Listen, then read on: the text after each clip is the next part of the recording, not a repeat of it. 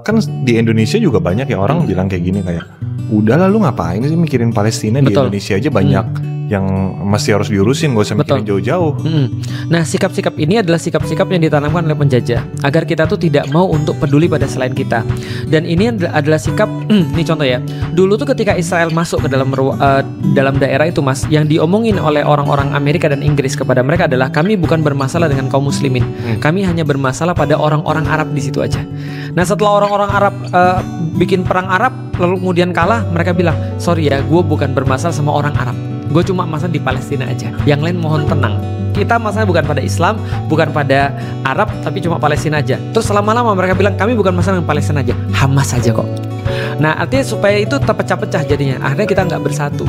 Nah sama kalau pemikiran kayak gini diterapkan, ini bahayanya adalah kita akan dipecah menjadi semakin kecil, semakin kecil, dan semakin kecil. Contoh misalnya ya, kalau kita bilang Indonesia juga masih punya masalah, nanti besok akan ada yang bilang, mas udahlah, Jakarta itu sudah banyak masalah, ngapain lu peduli dengan Papua? Sekarang Papua juga lagi ada masalah kan gitu kan ya.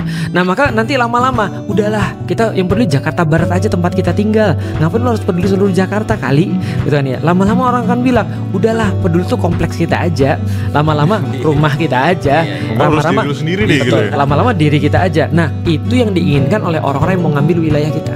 Jadi orang-orang itu nggak akan bisa selama kita bersatu. Nah gimana cara kita dipecah-pecah? Nah ini caranya. Maka kita sebagai seorang muslim, kita selalu bilang pada seluruh orang muslim, ini masalah bersama.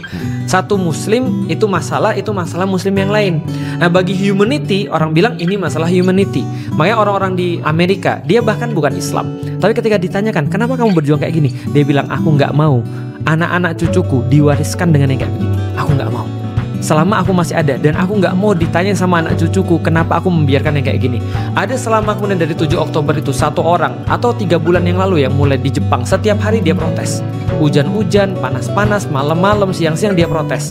Namanya siapa, Yosuke gitu pokoknya. Itu protes. Ketika ditanya, kenapa kamu protes? You are not even a Muslim. Kamu bahkan jauh banget di Jepang, lebih jauh daripada Indonesia.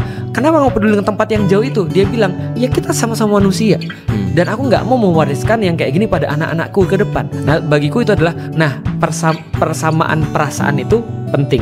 Bayangin mas, andaikan seluruh dunia perasaannya sama, bisa nggak orang-orang zalim berbuat? Nggak bisa. Maka dikatakan bahwasanya diam terhadap satu kezaliman, atau ketika terjadi kezaliman yang parah, itu adalah membantu terhadap kezaliman itu sendiri. Kalau misalnya di dalam Islam ada ulama yang berkata, diam terhadap kezaliman itu seperti setan bisu.